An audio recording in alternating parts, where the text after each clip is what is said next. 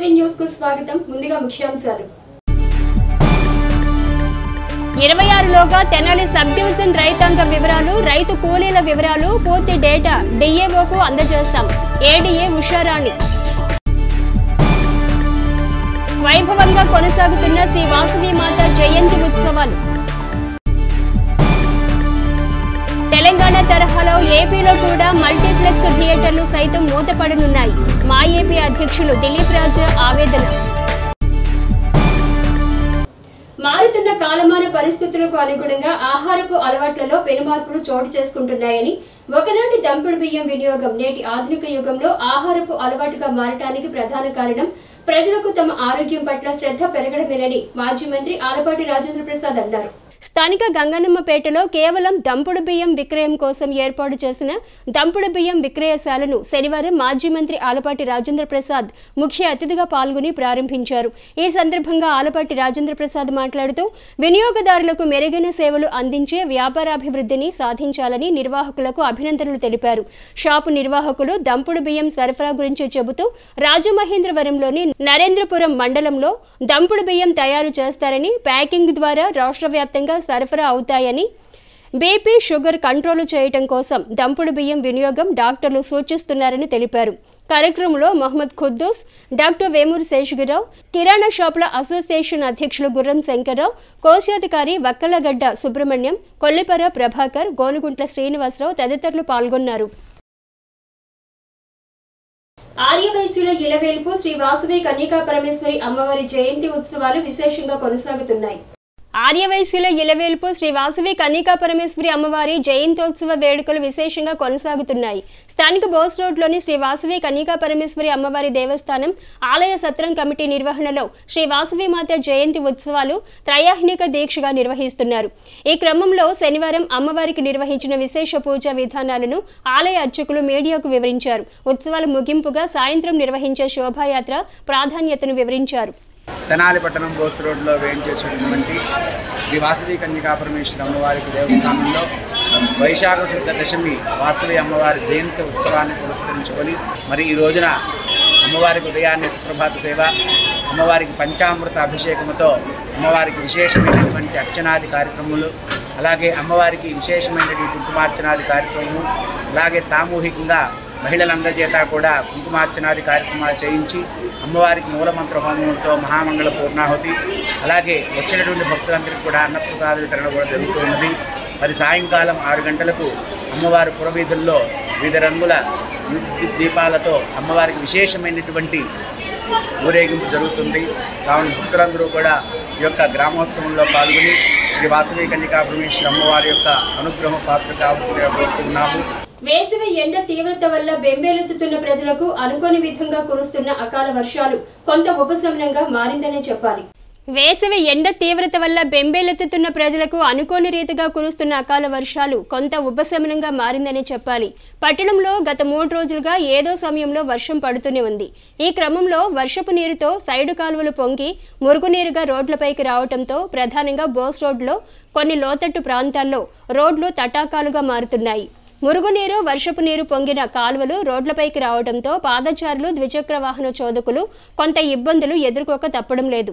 ఇదిలా ఉండగా వర్షం కారణంగా ఒక్కసారిగా శీతల పానీయాల విక్రయ కేంద్రాలు, కొబ్బరి బొండాల వ్యాపారాలు తగ్గి ఆర్థికంగా కొంత ఇబ్బందిని ఎదుర్కొంటున్నారు. ఎండాకాలంలో వర్షాలు పడుతున్నాయంటే వర్షాలు పడాల్సిన సమయంలో ఎండలు ఎక్కువగా ఉంటాయన్న భావన ప్రజల నుండి వ్యక్తమవుతోంది.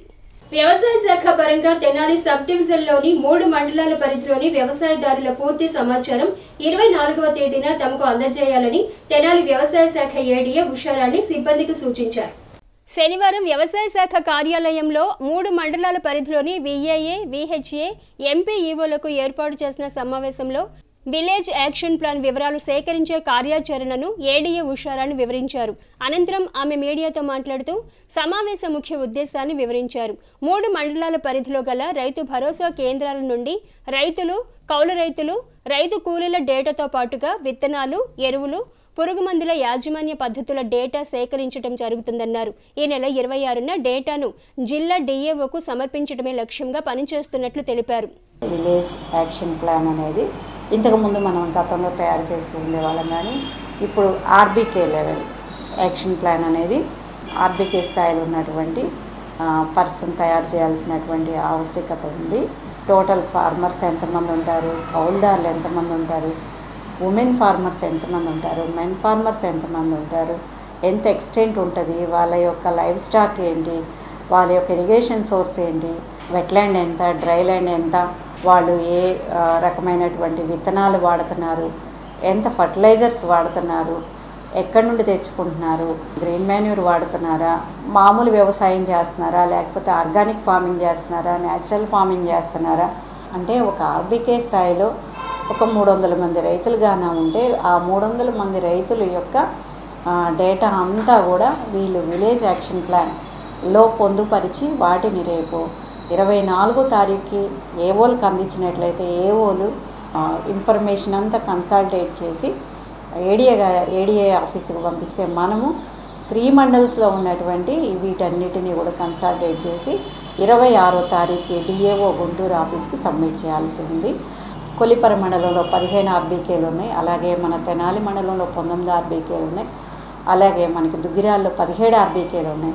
ఈ ఆర్బీకేలకి సంబంధించినటువంటి మొత్తం డేటా అంతా కూడా వాళ్ళు ఈ విలేజ్ యాక్షన్ ప్లాన్లో పొందుపరిచి మనకి సబ్మిట్ చేస్తారు. దీని మీద భాగంగా విఏలకి, విహెచ్ఏలకి, ఏఈఓలకి, అలాగే ఎంపీఓస్కి మన 3 మండలాల్లో ఉన్నటువంటి అధికారులు, వ్యవసాయ అధికారులు మరి దీన్ని ఎలా ప్రిపేర్ చేయాలనే దాని మీద అవగాహన శిక్షణ కార్యక్రమాన్ని నిర్వహించడం జరిగింది. కాబట్టి రైతులు వారికి సహకరించాలిగా కోరుకుంటున్నాను. తెలంగాణలో సింగిల్ స్క్రీన్ థియేటర్లు 450 మూతపడటం పట్ల మా ఏపీ ఆర్టిస్ట్ అసోసియేషన్ వ్యవస్థాపక అధ్యక్షులు దిలీప్ రాజా ఆవేదన వ్యక్తం చేశారు. మా ఏపీ కార్యాలయంలో ఏర్పాటు చేసిన మీడియా సమావేశంలో దిలీప్ రాజా మాట్లాడుతూ తెలంగాణ తరహాలో ఏపీలో కూడా త్వరలో మల్టీప్లెక్స్ థియేటర్లు సైతం మూతపడే అవకాశాలు ఉన్నాయని, ఇందుకు ప్రధాన కారణం థియేటర్లకు వచ్చే ప్రేక్షకుల సంఖ్య గణనీయంగా తగ్గడమేనని అన్నారు. ఈ విపత్కర పరిస్థితిపై తెలుగు రాష్ట్రాల్లోని 2 ప్రభుత్వాలకు మా ఏపీ బృందం నివేదిక ఇవ్వనున్నట్లు తెలిపారు. సినిమా థియేటర్ల నిర్వాహకులకు భారంగా మారిన పరిస్థితులను దిలీప్ రాజా వివరించారు. ఇందుకు గాను రావాల్సిన మార్పులను, చేర్చాల్సిన చేర్పులను వివరించారు. సమావేశంలో నిర్మాత చదలవాడ హరిబాబు, సహాయ దర్శకుడు వెంకీరావణ్, ఇంటూరు విజయభాస్కర్, నటుడు మిలిటరీ ప్రసాద్, ఎర్రబాబు తదితరులు పాల్గొన్నారు. సినిమా అనగానే ఇదేదో బాగా డబ్బులున్న వాళ్ళ పరిశ్రమ, ఇలాగేం బాధలేదు అనుకుంటారు జనం. కానీ నిజం ఏంటంటే ఈ రోజున సినిమా హాళ్ళల్లో కనీసం కరెంటు ఖర్చులు, అలాగే సినిమా హాళ్ళల్లో పనిచేసే వాళ్ళ జీతాలు కూడా చెల్లించాలని పరిస్థితుల్లో 450 థియేటర్లు, సింగిల్ స్క్రీన్ థియేటర్లు తెలంగాణలో మూతపడ్డాయి. తెలంగాణలోనే మూతపడ్డాయని మనం సంకలెగరేసుకోవడానికి కుదరదు. మన ఆంధ్రప్రదేశ్లో కూడా చాలా థియేటర్లు మూతపడ్డాయి సింగిల్ స్క్రీన్లు. ఒక్కసారి గతంలో పరిస్థితిని కానీ మనం బేరీజు వేసుకుంటే మన తెనాలి పరిస్థితే చూద్దాం. ముందు దాదాపు సగానికి పైన థియేటర్లు తెనాలిలోనే మూతపడ్డాయి. కారణం ఏంటి? వాళ్ళకి వ్యాపారంగా సక్రమంగా ఉన్న పరిస్థితుల్లో కనీస ఖర్చులు ఒక షో వేయటానికి ఒక రోజుకి ఇక్కడ తెనాలి ఇలాంటి సిటీల్లో 10 నుంచి 12,000 మెయింటెనెన్స్ ఖర్చు అవుతుంది. అదే హైదరాబాద్లో అయితే 18 నుంచి 20,000 ఖర్చు అవుతుంది. ఈ 10 నుంచి 12,000 కూడా ఖర్చు రాక థియేటర్లు మూతపడిపోతున్నాయి. అది ఎలాంటి మనిషికైనా కానీ వినోదం చాలా అవసరం.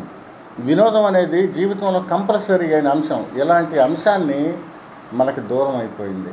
కారణం ఏంటని ఒక చోట విశ్లేషించుకుంటే ఫస్ట్ కారణం థియేటర్లకి జనం వెళ్ళట్లా. ఎందుకు వెళ్ళట్లేదు? వారం రోజుల క్రితం రిలీజ్ అయిన సినిమాలు కూడా ఓటీటీ ద్వారా వచ్చేస్తున్నాయి. చాలామంది ప్రేక్షకులు ఓటీటీలను అతుక్కుపోవడానికి కారణం ఏంటంటే సినిమా హాల్లో రేట్లు ఎక్కువ ఉంటాం. సినిమా హాలు ఎందుకు రేటు ఎక్కువ ఉన్నవి అంటే నిర్మాణ వ్యయం ఎక్కువైంది అంటుంది. అది ఒక్కొక్క హీరో 50 కోట్లు 100 కోట్లు తీసుకున్నాడు, కాక ఏం చేస్తాను అంటుంది.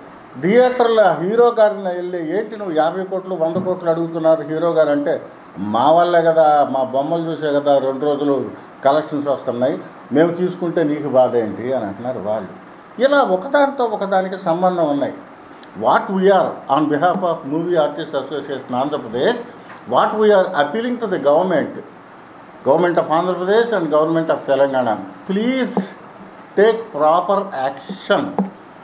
సినిమాని బ్రతికించడానికి ఏం చేయాలి, సినిమాని రక్షించడానికి ఏం చేయాలి, ఎలాంటి కార్యాచరణ పద్ధతి పెడితే సినిమా బతుకుతుంది, ఎలాంటి కార్యాచరణ పద్ధతి పెడితే సినిమా హాళ్ళు మళ్ళీ మామూలుగా జనంతో కిటకిటలాడతాయి. ఈ దిశగా రెండు ప్రభుత్వాలు ఆలోచించాలని నేను మా ఏపీ తరఫున చేతులు జోడించి మరీ మనవి చేస్తున్న.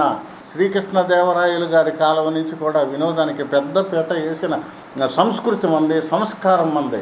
కాబట్టి వినోదం గొంతు నులిమేయొద్దు. కాబట్టి వినోదాన్ని పండించే వాళ్ళకి మీరు సాగించేయండి, వినోదాన్ని అందించే వాళ్ళకి మీరు చేయూతగా ఉండండి అని మనవి చేసుకుంటున్నా. Thank you. సాధారణ ఎన్నికల కోడ్ జూన్ 6వ తేదీ వరకు అమలులో ఉన్నందున శ్రీ వాసవిమాత సత్రం కమిటీ సర్వసభ్య సమావేశం వాయిదా వేసినట్లు కమిటీ ముఖ్యులు మద్దాళి శేషాచలం పేర్కొన్నారు. శనివారం శ్రీ వాసవి కన్యకా పరమేశ్వరి అమ్మవారి ఆలయ ప్రాంగణంలో ఏర్పాటు చేసిన మీడియా సమావేశంలో శేషాచలం మాట్లాడుతూ ఈ నెల 19వ తేదీన నిర్వహించనున్న శ్రీ వాసవి మాత ఆలయ సత్రం కమిటీ సర్వసభ్య సమావేశం వాయిదాకు గల కారణాలను వివరించారు. మరో సభ్యుడు municipal vice chairman Malepati Hariprasad మాట్లాడుతూ సాధారణ ఎన్నికల కోడ్ కారణంగా పోలీసు శాఖ సూచనల మేరకు 19న సత్రం కమిటీ సమావేశం వాయిదా వేస్తున్నట్లు తెలిపారు. సభ్యులు గమనించాల్సిందిగా కోరారు. ఈ సమావేశంలో నూకల భాస్కర్, గ్రంథి విశ్వేశ్వరరావు తదితరులు పాల్గొన్నారు. ఈ నెల 19వ తారీఖు ఆదివారం శ్రీ వాసవి కన్యకా పరమేశ్వరి దేవస్థానం కమిటీ సర్వసభ్య సమావేశం జరుగునని అందరికీ కూడా సర్వసభ్య సమావేశంలో ఉన్నటువంటి మెంబర్లందరికీ కూడా లెటర్ ద్వారా మీ అందరికీ తెలియజేయటం జరిగినది. ఈ సర్వసభ్య సమావేశం మీద వాట్సాప్ల్లో, ఫేస్బుక్ల్లో, పత్రికల ద్వారా రకరకాలుగా కామెంట్స్ రావడం జరిగినది. ఈ కామెంట్స్ అలా మన పోలీసు వారికి కూడా వెళ్ళటం మూలాన ఆ పోలీసు వారు సత్రం కమిటీ వారికి ఫోన్ చేసి మీరు సర్వసభ్య సమావేశం పెట్టుకున్నారంట కదా, ఇది ఎలక్షను మన జరిగినటువంటి 13వ తారీఖు జరిగినటువంటి ఎలక్షన్ కోడ్ ఈ నెల వచ్చే నెల 6వ తారీఖు దాకా ఉంది కాబట్టి ఈ కోడ్ అయ్యే వరకు కూడా ఎటువంటి సర్వసభ్య సమావేశాలు పెట్టకూడదని ఇంటిమేషన్ చేయటం జరిగినది. మేము ఆల్రెడీ సర్వసభ్యులందరికీ కూడా మేము లెటర్ ద్వారా ఇంటిమేషన్ ఇచ్చాము. మేము డేట్ ఫిక్స్ చేసుకొని పెట్టుకున్నాం కాబట్టి ఈ సంగతి కోడ్లో పెట్టకూడదని మాకు తెలియదు కాబట్టి మాకు అవకాశం ఇవ్వవలసింది. కానీ ఆ పోలీసు వారిని మేము దేవస్థానం సత్రం కమిటీ తరఫున రిక్వెస్ట్ చేయడం జరిగింది. అది మేము పై ఆఫీసర్లు కనుక్కొని అవకాశం ఉన్నది లేనిది చెబుతానన్నారు. అలా జరిగి 2 రోజులైంది. ఇవాళ ఉదయం 1 గంటకి సెక్షన్ 149 సిఆర్పి నోటీస్ ప్రకారం ఈ ప్రక్క మాధ్యమ దాఖలుదారులైనటువంటి మీకు తెలియజేయనిది ఏమనగా శ్రీ వాసవి కన్యకా పరమేశ్వరి దేవస్థానం సత్రం కమిటీ సర్వసభ్య సమావేశం 19/5/2024 తేదీన జరుపుకొనుటకు మీరు నిర్ణయించుకొని ఉన్నారు. కానీ ప్రస్తుతం జనరల్ ఎన్నికలు 2024 ఎన్నికల నిబంధనల అమలులో ఉన్నందున శాంతి భద్రతలకు ఎటువంటి ఆటంకం కలగకూడదని మీటింగులు కానీ సమావేశాలు కానీ చేయకూడదని ఎన్నికల నిబంధనలు అయిపోయిన తర్వాత మీ యొక్క సర్వసభ్య సమావేశం జరుపుకొనవలసినదిగా తెలియజేయటమైనది. ఇందుకు విరుద్ధంగా ప్రవర్తించిన ఎడల మీపై పోలీసు వారు తీసుకున్న చట్టపరమైన చర్యలకు బాధ్యులవుతారని నోటీసు ద్వారా మాకు తెలియజేయటం జరిగినది. కాబట్టి ఈ దేవస్థానం సత్రం కమిటీ సర్వసభ్యులందరికీ కూడా ఈ పత్రికా ముఖంగా ఈ నోటీస్ ద్వారా మీ అందరికీ తెలియజేయటం జరుగుతున్నది. ఇది ఈ విధంగా జరిగినందుకు మేము చింతిస్తున్నాం. శ్రీ వాసవి కన్యకా పరమేశ్వరి దేవస్థానం సత్రం కమిటీ మీటింగు రేపు జనరల్ బాడీ మీటింగ్ చేయడం జరిగింది. దానికి 19/5/2024 తేదీన ఈ కార్యక్రమం చేయాలని కమిటీ సభ్యులందరూ నిర్ణయం తీసుకోవడం జరిగింది. ఈ కార్యక్రమం చేయడానికి ఎలక్షన్ కోడ్ అడ్డం రావటం వలన ఈ కార్యక్రమాన్ని ప్రస్తుతం వాయిదా వేయటం జరుగుతుంది. మరి కమిటీ సభ్యులందరూ కూడా సర్వసభ్యుల సమావేశానికి వచ్చే సభ్యులందరూ కూడా దీన్ని గమనించుకొని ఈ కార్యక్రమం ప్రస్తుతం పోస్ట్ పోన్ చేయడం జరిగింది. సర్వసభ్యులందరూ కూడా గమనించుకోవాల్సిందిగా కోరుతున్నాం. కమ్యూనిస్టు సీనియర్ నాయకుడిగా ధూళిపాళ్ల సుబ్బారావు తమ జీవిత కాలం పార్టీ సిద్ధాంతాలకు అనుగుణంగా సమాజ హితోభిలాషిగా సేవలు అందించారని సిపిఎం పార్టీ రాష్ట్ర కార్యదర్శి వి శ్రీనివాసరావు సుబ్బారావుకు ఘనంగా నివాళి అర్పించారు. కొల్లూరు మండలం అనంతవరం గ్రామంలో శనివారం గత నెలలో మృతి చెందిన సీనియర్ కామ్రేడ్ ధూళిపాళ్ల సుబ్బారావు సంతాప సభను నిర్వహించారు. సిపిఎం పార్టీ శాఖ కార్యదర్శి బొనిగల సుబ్బారావు అధ్యక్షతన జరిగిన సంతాప సభలో సిపిఎం పార్టీ రాష్ట్ర కార్యదర్శి వి శ్రీనివాసరావు, రాష్ట్ర కార్యదర్శి వర్గ సభ్యులు డి రమదావిలు ప్రధాన వక్తులుగా ధూళిపాళ్ల సుబ్బారావు పార్టీకి అందించిన సేవలను స్మరించుకుని నివాళి అర్పించారు. తొలుత సుబ్బారావు స్మారక స్తూపం వద్ద జెండా ఆవిష్కరించి సుబ్బారావు చిత్రపటానికి పూలమాలలు సమర్పించి నివాళి అర్పించారు. కార్యక్రమంలో పార్టీ బాపట్ల జిల్లా కార్యదర్శి సిహెచ్ గంగయ్య, గుంటూరు జిల్లా కార్యవర్గ సభ్యులు వై నేతాజీ, అమ్మ నేత్ర అవయవదాన ట్రస్ట్ అధ్యక్షులు గంజి ఈశ్వరలింగం, పార్టీ నాయకులు P Narasimharao, N Koteswararao, T Krishnamohan, K Nataraj, B Augustine, T Suresh, M Sambareddy, G Sudhakar తదితరులు పాల్గొన్నారు.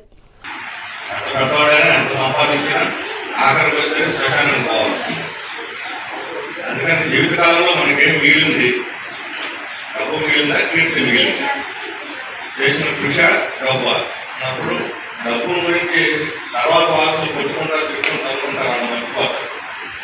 కానీ కీర్తి ప్రజలందరూ చేసిన కృషి శాశ్వతంగా నిలబడు.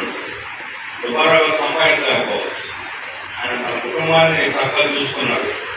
ఆయన సంపాదించాలనుకుంటే చాలా సంపాదించవచ్చు. అన్నింటిని వదులుకొని కమ్యూనిస్ట్గా రావడం, దానికోసం నిలబడటం, దాన్ని ఆచరించడం అనేది ఈరోజు కమ్యూనిస్టుగా ఒక గొప్ప విషయం. ఏ కమ్యూనిస్టు ఆదర్శాన్ని సుబ్బారావు గారి జీవితాంతం పాటించారో ఆ కమ్యూనిజానికి భవిష్యత్తు ఉందా లేదా అనేటువంటి అనుమానం చర్చ జరుగుతుంది. కానీ కమ్యూనిజం అనేది ఒక సభ్యులే చర్చేది కాదు, తనంతరం తాను చర్చలు పడగలి. సమాజంలో అసమానత ఉన్నంత కాలం, ఉన్నవాళ్ళు లేనివాళ్ళు అసమానత ఉన్నంత కాలం కమ్యూనిస్ట్ పార్టీకి అవసరం, అవకాశం ఉంటుంది. కార్యకర్తలుగా పనిచేసేటటువంటి వాళ్ళకి ప్రతి సంవత్సరం బట్టలు పంపించాలి. మన ఇంట్లో మన పండగకి బట్టలు పడుకుంటాం, మన వాళ్ళ పడుకుంటాం. కానీ కమ్యూనిస్ట్ పార్టీలో పనిచేసే కార్యకర్తలకి బట్టలు పంపించడం అనేది తన బాధ్యత. ఎంతమంది చేస్తారు? ఎందుకంటే ఎక్కువ వనరులు ఉన్నా చాలా మందికి ఈ పని చేయగలరా, అందరూ ఆలోచించగలరా? వెనకటి రోజుల్లో కమ్యూనిస్టులు, చాలా పేదరికంలో ఉన్న కమ్యూనిస్టులు కూడా, కమ్యూనిస్ట్ అభిమానులు, కమ్యూనిస్ట్ పార్టీ సభ్యులు ఇంట్లో వండుకునేటప్పుడు ఆ ఎసిడ్లో వేసే బియ్యంలో గుప్పెడు బియ్యం తీసి పక్కన పెట్టేవాళ్ళంట. ఒక సంచిలో పోసి నెలసరి మీటింగ్ జరిగేటప్పుడు తీసుకెళ్లి ఆ సంచిలో బియ్యం ఆ పార్టీకి ఇచ్చేవాళ్ళంట, పార్టీ కార్యక్రమం. అంటే తనకున్నంతలోనే అందరి కోసం ఏం చేయగలిగితే అది చేసే ఒక సత్సాంప్రదాయం. ఇలాంటి సత్సాంప్రదాయాన్ని ఆయన 100 ఏళ్లు పాటించారు. పార్టీకి ఏమి ఇవ్వాలి, పక్క వాళ్ళకి ఏం చేయగలగాలి, ఏం చేయాలి అనే ఆలోచనతో ఆయన ఉత్తమ కమ్యూనిస్టు, ఉత్తమ మానవతావాదిగా ఉంటాడు అని చెప్పేసి చెప్తారు. ఆయన ఏమి పెద్ద ఆస్తులున్న మనిషి ఏం కాదు, కష్టం చేయకుండా గట్టి మీద కూర్చున్న భూస్వామి కూడా కాదు. ఆయన కూడా పొలంలో ఇది కష్టం చేసేటటువంటి మనిషి. వ్యవసాయ కూలీ పోరాటాలంటే ఊళ్ళల్లో రైతులకి కూలీలకి ఒక పెద్ద యుద్ధమే, అదేం చిన్న విషయం కాదు, ఓ పెద్ద కూలి పోరాటం. అప్పటిదాకా మా పిల్లలు అనుకునేటటువంటి వాళ్ళు ఒకసారి కూలి పోరాటం తర్వాత ఎన్ని రకాల దాడులు చేశారో స్వయంగా నేను అనుభవించాను. చంపాలా అనేటటువంటి ప్రయత్నాలు కూడా ఆ వ్యవసాయ కూలి పోరాటాల్లో పోటీ కూలీలను తీసుకొచ్చి దించాలనేటటువంటి ప్రయత్నం చేస్తే రైతు కుటుంబంలో పుట్టి రైతులకు వ్యతిరేకంగా కర్ర పట్టుకొని కూలీలకు అండగా నిలబడితే దమ్ము, ధైర్యం ఎంతమందికి ఉంటుంది? ఇది సుబ్బారావు గారు చేసి చూపించారు. దుగ్గిరాల మండలం కంఠంరాజు కొండూరు శ్రీ మహంకాళి అమ్మవారి ఆలయం నందు ఈ నెల 26 నుండి 30వ తేదీ వరకు అమ్మవారి 47వ ప్రతిష్టా వార్షికోత్సవాలు నిర్వహించనున్నారు. దుగ్గిరాల మండలం కంఠంరాజు కొండూరు శ్రీ మహంకాళి అమ్మవారి ఆలయం నందు ఈ నెల 26 నుండి 30వ తేదీ వరకు అమ్మవారి 47వ ప్రతిష్టా వార్షికోత్సవాలు నిర్వహించనున్నారు. ఈ సందర్భంగా వచ్చిన భక్తులకు 5 రోజుల పాటు వివిధ అలంకారాల్లో అమ్మవారు దర్శనమివ్వనున్నారు. 26న తొలి రోజు ఆదివారం లక్ష్మీదేవి అలంకారంలో భక్తులకు దర్శనమివ్వగా 27న సరస్వతీదేవి, 28న రాజరాజేశ్వరిదేవి, 29న ధనలక్ష్మీదేవి, చివరి రోజు 30న గురువారం శ్రీ గాయత్రీదేవి అలంకారంలో భక్తులకు దర్శన భాగ్యం కల్పించనున్నారు. అదే రోజు సాయంత్రం 3 గంటల నుండి అమ్మవారి విశేష అలంకారంలో చిలువూరు, కంఠంరాజు కొండూరు, మంచికలపూడి గ్రామాల్లో సన్నాయి మేళం, తాషా బాకాలతో గ్రామోత్సవం జరుపనున్నారు. ఈ కార్యక్రమానికి భక్తులు విశేషంగా పాల్గొని తీర్థ ప్రసాదాలు స్వీకరించాలని ఆలయ అధికారులు తెలిపారు. ఈ సందర్భంగా శనివారం అర్చకులు తారకనాథ్ మాట్లాడారు.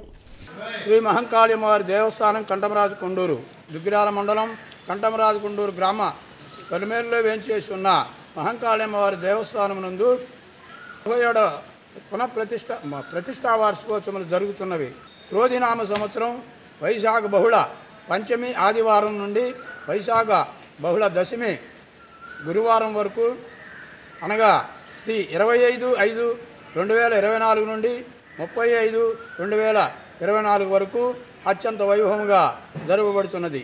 ప్రతిరోజు అమ్మవారికి విశేష అలంకరణ, విశేష పూజా కార్యక్రమాలు జరుగును. 25/5/2024 గురువారం సాయంత్రం 3 గంటల నుండి అమ్మవారి గ్రామోత్సవ కార్యక్రమము చిలువూరు కంఠమరాజు కొండూరు మంచిగలపూడి గ్రామం మీదుగా సన్నాయి మేళాలు భాషాలతో అత్యంత వైభవముగా గ్రామోత్సవం జరుగును. కావున భక్తులు 50 మంది శ్రీ మహంకాళి వారిని దర్శించుకొని తీర్థప్రసాదములు స్వీకరించి అమ్మవారి కృపకు పాత్రలవుతారని కోరుచున్నాం. పునర్నిర్మాణం జరుగుతున్నందున అమ్మవారు దారు రూపంలో అంటే చెక్క రూపంలో అమ్మవారి దర్శనం ఇచ్చుతున్నారు. కావున భక్తులు 50 మంది సహకరించి అమ్మవారిని దర్శించి ధరించి మీ యొక్క కోరికలు విన్నవించుకొని అమ్మవారి కృపకు పాత్రలవుతారని ప్రార్థించుతున్నాం. దివి హాస్పిటల్ నిర్వాహకులు సామాజిక సేవలో భాగంగా అన్నదాన సేవను ప్రోత్సహించడం ఉదాహరణమని యోగాచార్య ఎం రమణయ్య అన్నారు. దేవి హాస్పిటల్ నిర్వాహకులు సామాజిక సేవలో భాగంగా అన్నదాన సేవను ప్రోత్సహించడం ముదావహమని యోగాచార్య ముద్దాభక్తుని రమణయ్య అన్నారు. స్థానిక బురిపాలెం రోడ్లోని మహాత్మా సేవాశాంతి ఆశ్రమంలో శనివారం దివి హాస్పిటల్ నిర్వహణలో సంతు రాజగోపాల్ వితరణతో ఆశ్రమ వృద్ధులకు అన్నప్రసాద వితరణతో పాటుగా పండ్లు పంపిణీ చేశారు. కార్యక్రమాన్ని ప్రారంభించిన యోగాచార్య ఎం రమణయ్య మాట్లాడుతూ దివి హాస్పిటల్ నిర్వహణకు సామాజిక సేవలను వివరిస్తూ నిర్వాహకులకు అభినందనలు తెలిపారు. కాగా ఆశ్రమంలో బ్రహ్మంగారి జయంతిని పురస్కరించుకుని ప్రత్యేక పూజలు నిర్వహించారు. కార్యక్రమంలో ఆశ్రమ వృద్ధులు దేవి హాస్పిటల్ సిబ్బంది పాల్గొన్నారు. స్థానిక బురిపాలెం రోడ్లోని శ్రీ మహాత్మా గాంధీ శాంతి వృద్ధాశ్రమంలో శ్రీ వెంకటేశ్వర యోగా సేవా కేంద్రం ఆధ్వర్యంలో యోగా సభ్యులు సందు రాజగోపాల్ గారు వారి తల్లి యశోదమ్మ గారి జ్ఞాపకార్థం దివి హాస్పిటల్ వారి ఆధ్వర్యంలో డాక్టర్ ఉదయ్ భాస్కర్, డాక్టర్ అర్చనారెడ్డి, లీలాకుమారి గారి సహకారంతో ఈ కుటుంబ సభ్యుల సహకారంతో ఈ రోజున ఈ గాంధీ ఆశ్రమంలో అన్నదానము పళ్ళు పంపిణీ కార్యక్రమం నిర్వహిస్తున్నాము. యోగా సభ్యులు అనేక సేవా కార్యక్రమాలు చేస్తూ ఉంటారు. దాంట్లో భాగంగా ఈ రోజున ఇక్కడ ఈ కార్యక్రమం చేస్తున్నాము. దివి హాస్పిటల్ వారు ప్రతిరోజు కూడా హాస్పిటల్ దగ్గర చల్లని మజ్జిగ, ప్రతిరోజు కూడా ఈ ఎండాకాలం వేసవకాలం పాఠశాలకి వారు చల్లటి మజ్జిగ కూడా ఈ 2 నెలలు ఎండాకాలం అంతా కూడా ఇస్తున్నారు. గ్రామాల్లో, పల్లె గ్రామాల్లో మెడికల్ క్యాంపులు పెట్టి మందులు ఉచితంగా ఇవ్వటం, ఆపరేషన్లు చేయటం, ఇట్లా సేవ చేస్తున్నారు. ఇంకా అనేక సేవా కార్యక్రమాలు చేయాలని కోరుకుంటున్నాము. ఇవాళ బ్రహ్మంగారి ఆరాధన ఉత్సవాలు జరుగుతున్నాయి. పొద్దున్నే ఇక్కడ ప్రత్యేకమైన పూజలు చేశారు. వార్తలు ముగించే ముందు ముఖ్యాంశాలు మరోసారి. 26లోగా తెనాలి సబ్ డివిజన్ రైతాంగ వివరాలు, రైతు కూలీల వివరాలు, పూర్తి డేటా డిఏఓకు అందజేస్తాం. ఏడీఏ ఉషారాణి. వైభవంగా కొనసాగుతున్న శ్రీ వాసవి మాత జయంతి ఉత్సవాలు. తెలంగాణ తరహాలో ఏపీలో కూడా మల్టీప్లెక్స్ థియేటర్లు సైతం మూతపడనున్నాయి. మా ఏపీ అధ్యక్షులు దిలీప్ రాజు ఆవేదన. హెచ్సివి న్యూస్ ను ప్రేక్షకులు యూట్యూబ్ లో తెనాలి హెచ్సివి న్యూస్ అని టైప్ చేసి సబ్స్క్రైబ్ చేసి వీక్షించవచ్చు. హెచ్సివి న్యూస్ సమాప్తం. నమస్కారం.